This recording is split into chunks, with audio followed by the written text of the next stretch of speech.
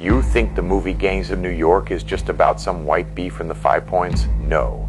It is showing you an occupation in real time. Long before those boats ever arrived, the Lenape, the Choctaw, the Chickasaw, the Cherokee, the Seminole, the Mohawk, the Narragansett, and the Washita, who were the original Moorish tribes, were right here ruling and defending their own land with aladial sovereignty. Look at the walls. That is not set design. It is documentation. DiCaprio walks past framed indigenous Moors clueless to the fezzes, turbans, and liberty caps. Those images are there to tell you that. So-called black people were already established in New York long before the manufactured white origin story ever got. In fact, the name New York itself traces back to York, a Moorish indigenous black man whose role in early America gets deliberately minimized. He was a guide, pathfinder, and diplomat, leading Europeans through forests and territories they did not know how to survive in. There are statues of York today, most notably in Portland, Oregon, and Washington Park. Standing tall is a rare public commemoration of an indigenous black man who shaped American geography before the corporate rewrite. Now look at Tammany Hall. That was not politics, that was an occupation headquarters.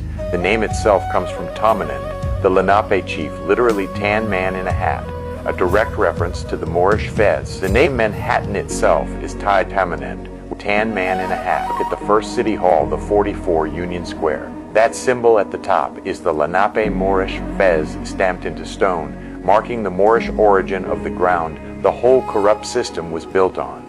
Boss Tweed ran New York like a captured city, robbing it through ballots, debt, and legal paperwork instead of open warfare. Tweed was described as the most corrupt man on earth, a killer whose methods and science were later studied and adopted by Hitler and Nazi Germany. This history is so sensitive that if you mention Boss Tweed or Tammany Hall to a lawyer today, they will shut up, because those names represent the true corrupt origin of the current legal system.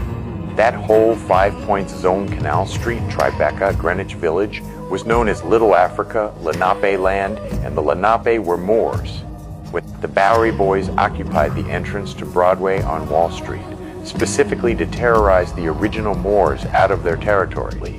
They acted as street-level enforcers, terrorizing the original Moorish population until they could be reclassified as Indian, Negro, or contraband to strip the original inhabitants of their international standing and steal their allodial land titles, to box us into the 14th Amendment slave status and facilitate the takeover of our estates.